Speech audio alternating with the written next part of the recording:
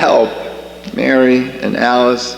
I'm always struggling for a name, and so we have Shooting Star, and I had picked out some verses, and I didn't write them down. Mary and I made a mistake, so Derek, he didn't want to hear from me this morning, so I'm reading the whole thing.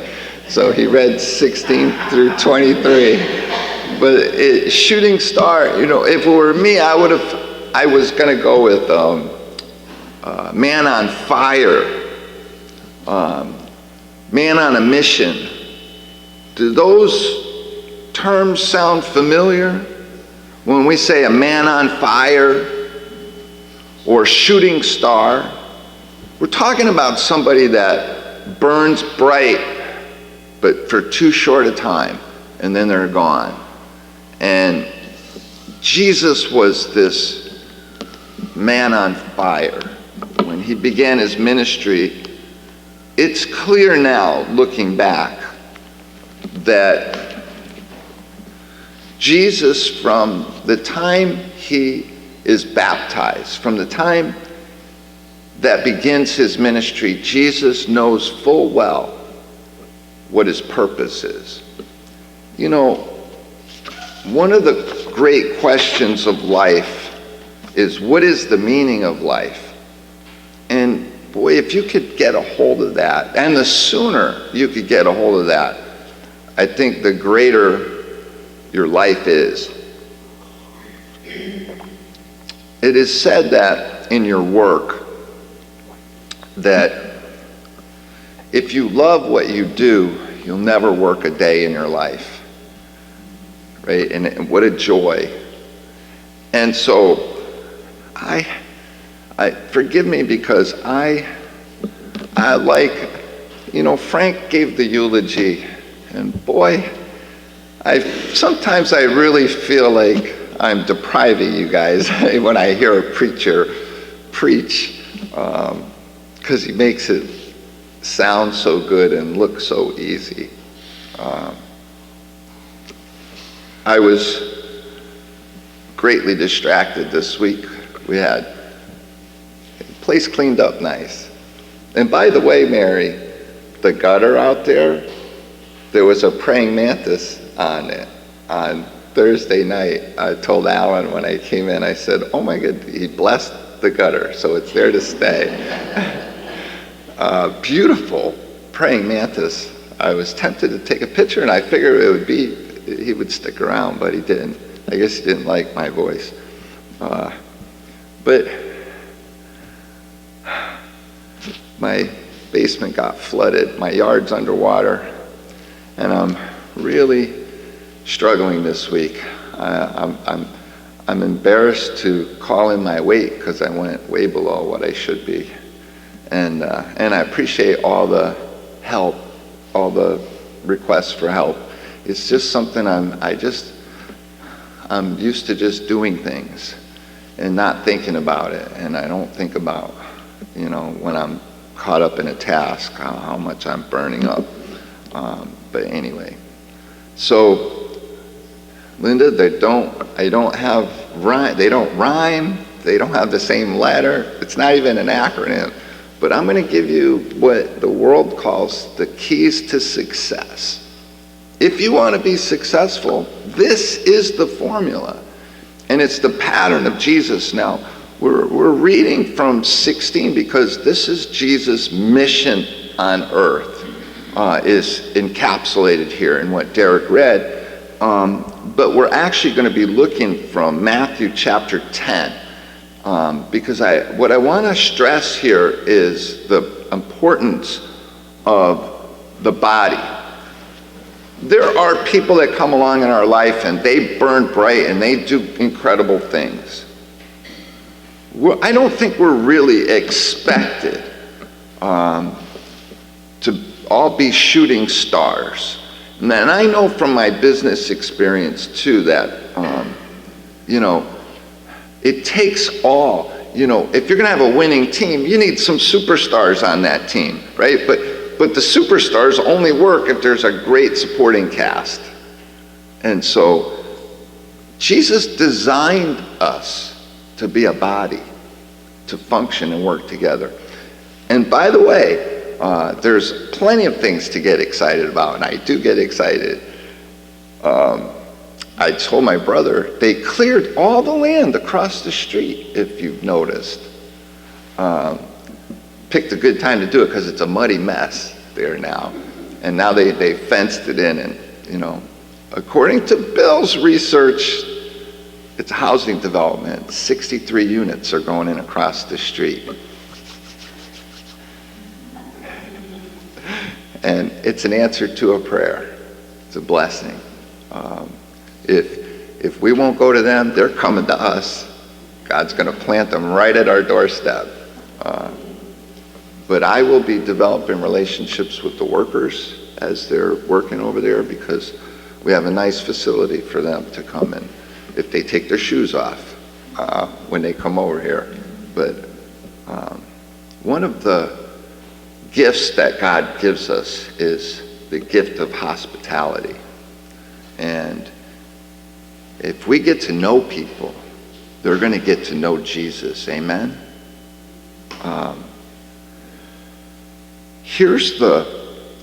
By the way, I'll give you some great lines. Here's a great line.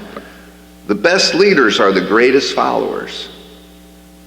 And if you're around a good leader, you'll discern that rather quickly, right? We've lost some good people. I know you guys went to a memorial. A great leader in business passed recently, and so there were memorials going on. And when we have a memorial, that's when they really shine. They always say, what is the legacy that you will leave in your life? And you're writing it every day. The keys to success are purpose, number one. You must know your purpose. Number two, you must have full conviction. We would call this passion. A good leader that inspires others inspires passion in others because they have strong convictions about their purpose. And the third thing is they have what we call laser focus. They're not like me, who get so easily distracted. And Q makes fun of me because it's true. He says, oh, there goes Tom. Must be a squirrel or a shiny object. Got his attention again because he's off. How many times people in class know the deer runs by and I go, oh, there's a deer, and the whole class has got their nose on the glass. Oh, look at that. There goes the class. I'm easily distracted. I've learned to kind of accept it. And I really do my best because I know as we age, it gets harder to come back. So I really am working on trying, at least in my distractions, that I remember what my focus was. So here's another line we say in success is, keep the main thing the main thing, okay? It's okay to get off on a tangent, but don't neglect to keep the main thing the main thing. So looking at the text, I want you to see the mission of Jesus. And don't misunderstand me, this is I'm not giving us an out and say we don't have to be like Jesus. But Jesus was that man on a mission. And he knows us. And so I don't do this to discourage us, but to encourage us that we can work together as a body to accomplish this. But in Matthew 16, so Jesus gets his disciples together, and we're going to go back and look at, the precursor to this in Matthew 10. But in Matthew 16, man, you see this scene, I love it in the dramatizations, is Jesus, they're kind of hanging out with the apostles, and Jesus asks them, who do people say that the Son of Man is? In verse 13 and 14, they answer, well, some say John the Baptist and others say Elijah or Jeremiah or one of the prophets. And Jesus said to them, but who do you, talking to his apostles, And again, we're going to see some of the things that Jesus had already sent them out to do. So in that context, when Jesus looks at them, he says, but who do you say that I am? And verse 16, Simon Peter replied, you are the Christ, the Son of the living God. And where Derek read, starting in verse 17, we start to see the mission of Jesus laid out for us. And these three aspects: his purpose, his conviction, and his focus. And this is why I say it's being around a strong, focused leader can be very intimidating. I don't think, as I study from Paul, I don't think I could have, I couldn't hang with Paul. Paul would have left me by the wayside very early on because he's so intense. I'm like, Paul, I'm not ready for you. But, I hope I can develop. But Paul wouldn't have taken time to say, oh, Tom, that's okay, come along. He's not going to spare my feelings. He's on a mission, right? And I respect that. And maybe I would be like Mark, and one day I would, be back together with Paul. Because I need time to develop in my own way. And that man can't wait for me. But others, thankfully, can and will take the time. But watch this. Jesus said in Matthew 16:17, blessed are you, Simon Bar-Jonah, for flesh and blood has not revealed this to you, but my Father who is in heaven. Jesus knows full well who he is and what his purpose is. And he says in verse 18, and I tell you, Peter, on this rock I will build my church, and the gates of hell shall not prevail against it. That is a fully convicted, think about what Jesus is saying.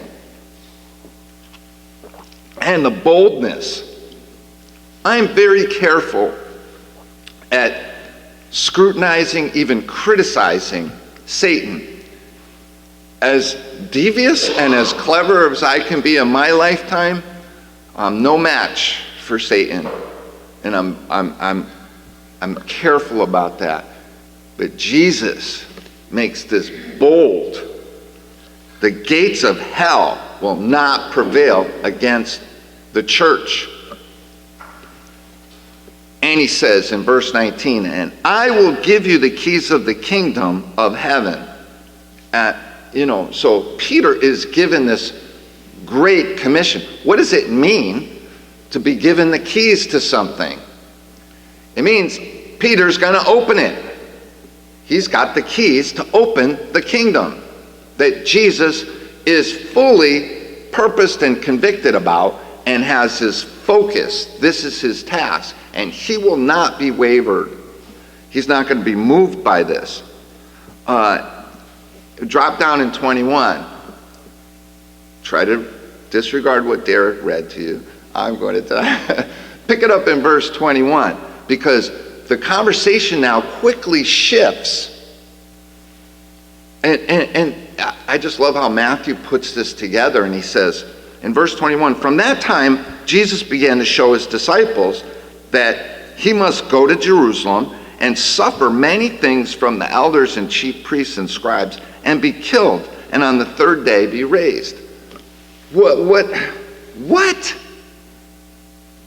There are people rallying. Jesus' disciples are rallying to him because he's offering hope.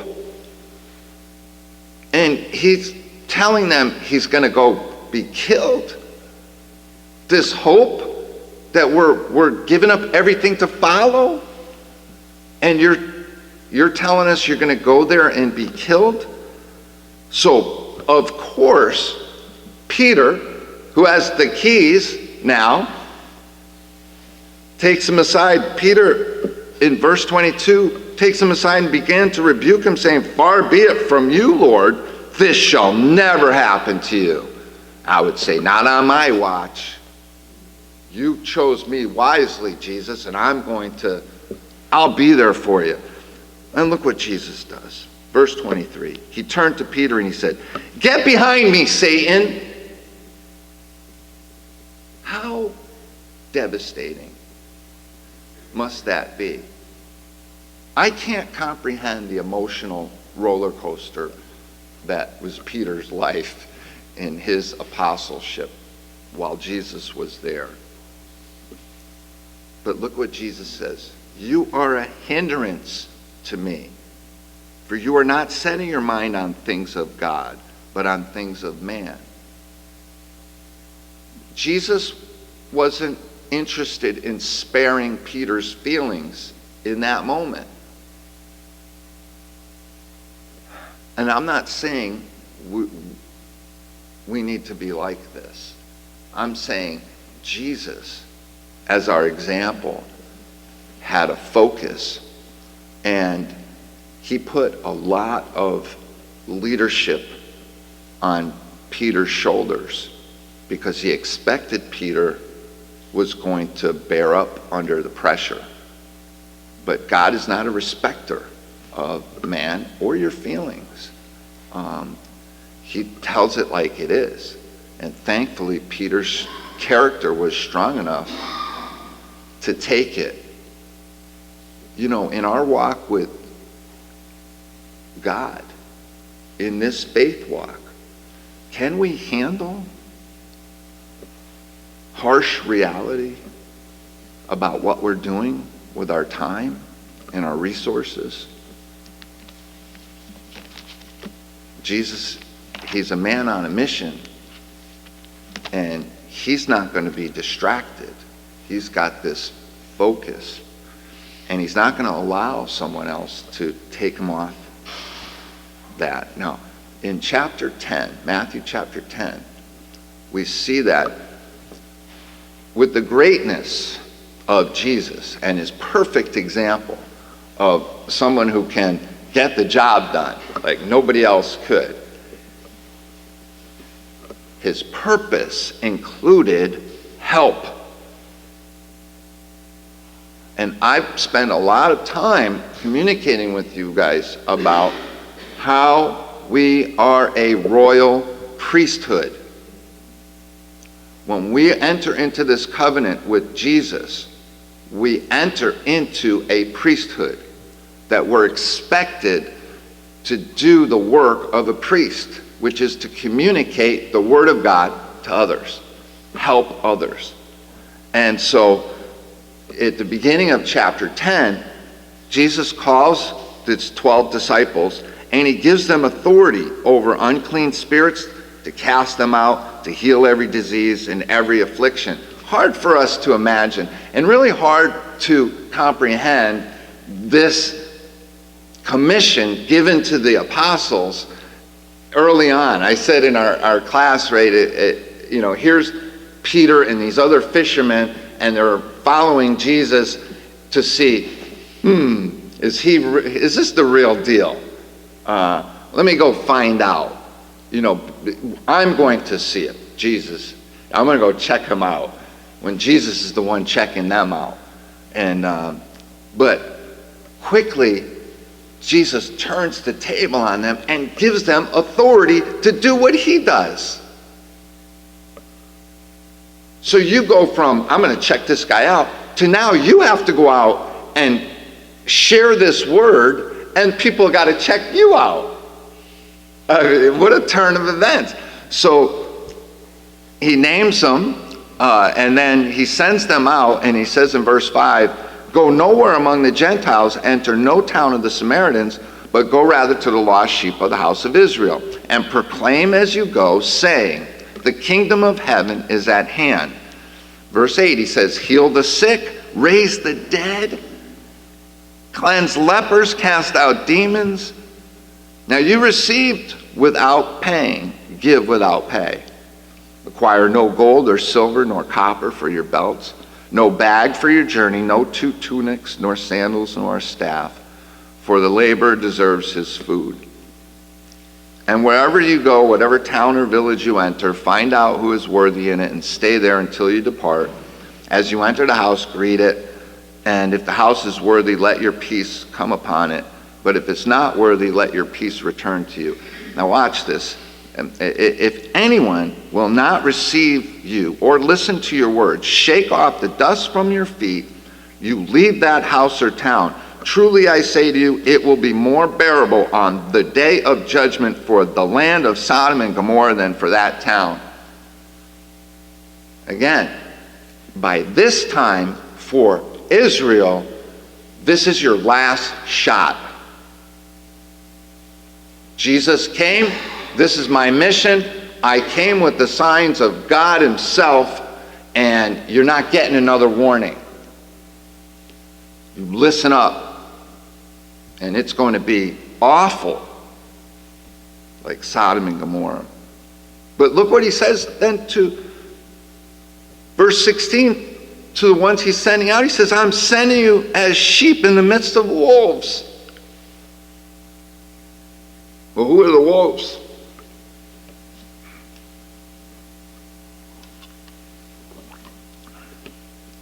You need to be wise as serpent and innocent as doves.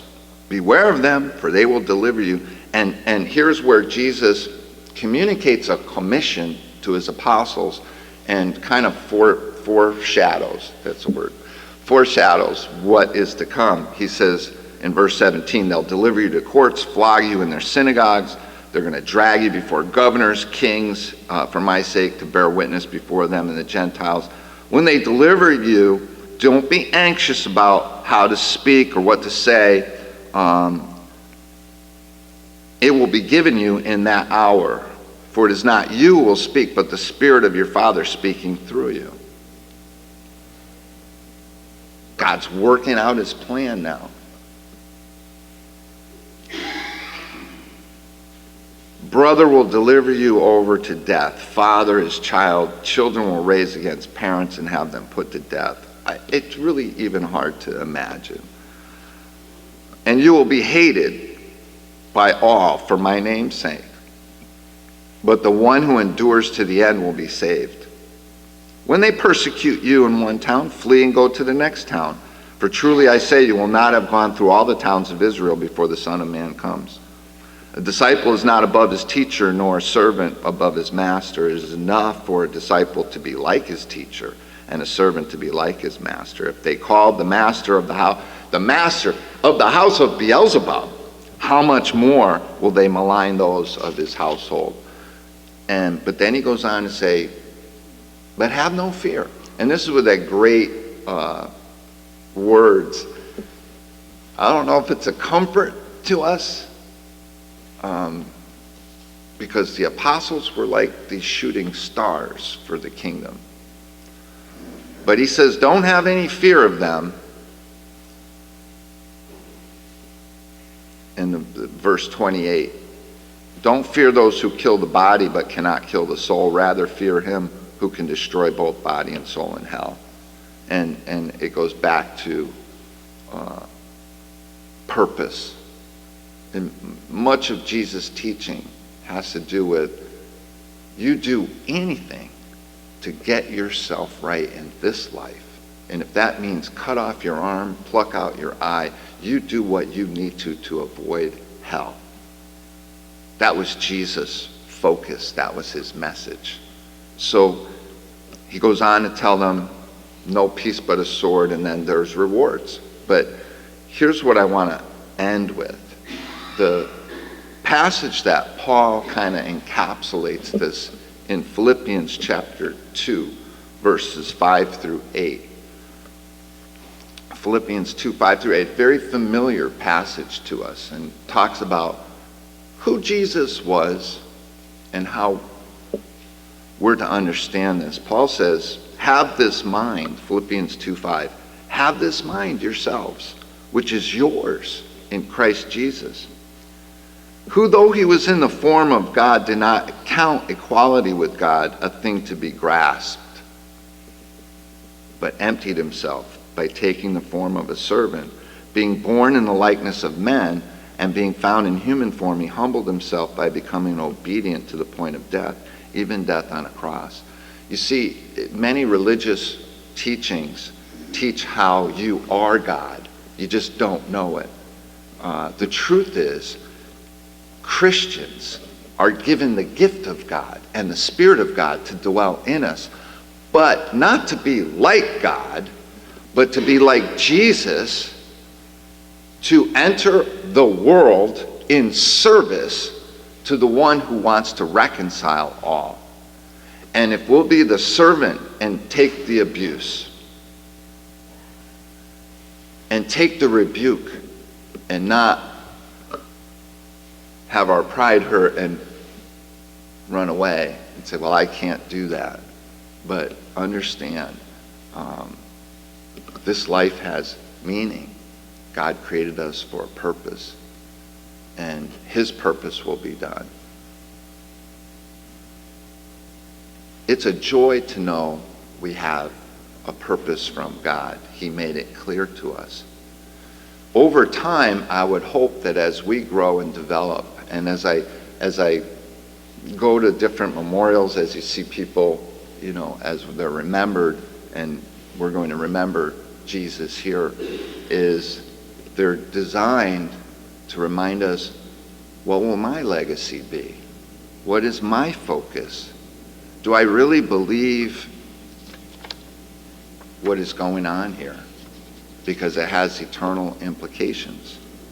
So we've looked at all these different aspects of Jesus' life, and I wanted to present that mission.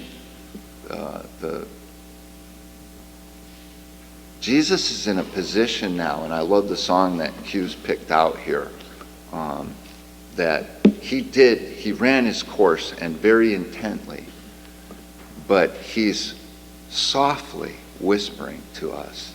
He's calling us because he loves us, and he knows our every weakness, and that's why he's given us a body, a fellowship, a home, a family, so that we can work together and help each other. We're not always strong at the same time, but likewise, we're not always weak at the same time.